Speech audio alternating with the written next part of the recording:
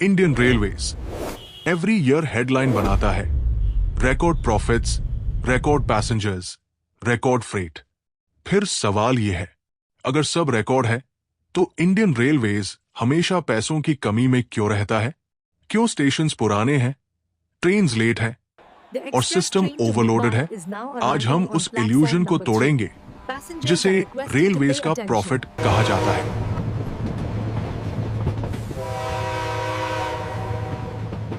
सबसे पहला झूठ, प्रॉफिट का डेफिनेशन। रेलवेज का प्रॉफिट प्राइवेट कंपनीज जैसा प्रॉफिट नहीं होता। यहां कैपिटल खर्च गवर्नमेंट उठा लेती है, ट्रैक्स, लैंड, ब्रिजेस। रेलवेज बस डेली ऑपरेशंस का हिसाब दिखाता है, यानी जो प्रॉफिट दिखता है वो अधूरी पिक्चर है। यह सुन के शौक लगेगा, इंडियन रेलवेज का पैसेंजर बिजनेस लॉस मेकिंग है।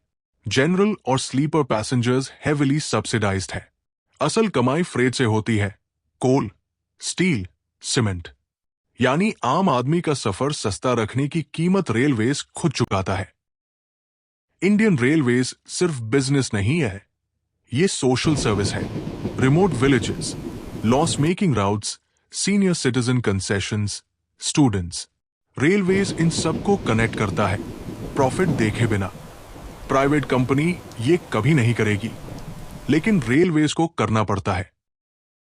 Railway believes in service before profit. अब आते हैं सबसे भारी खर्च पर, स्टाफ और पेंशन्स।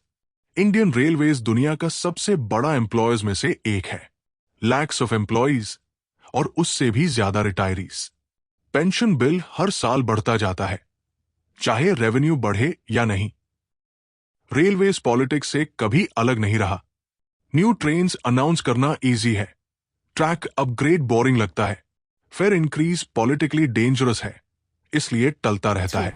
रिजल्ट, सिस्टम चलता रहता है लेकिन इंप्रूव नहीं करता।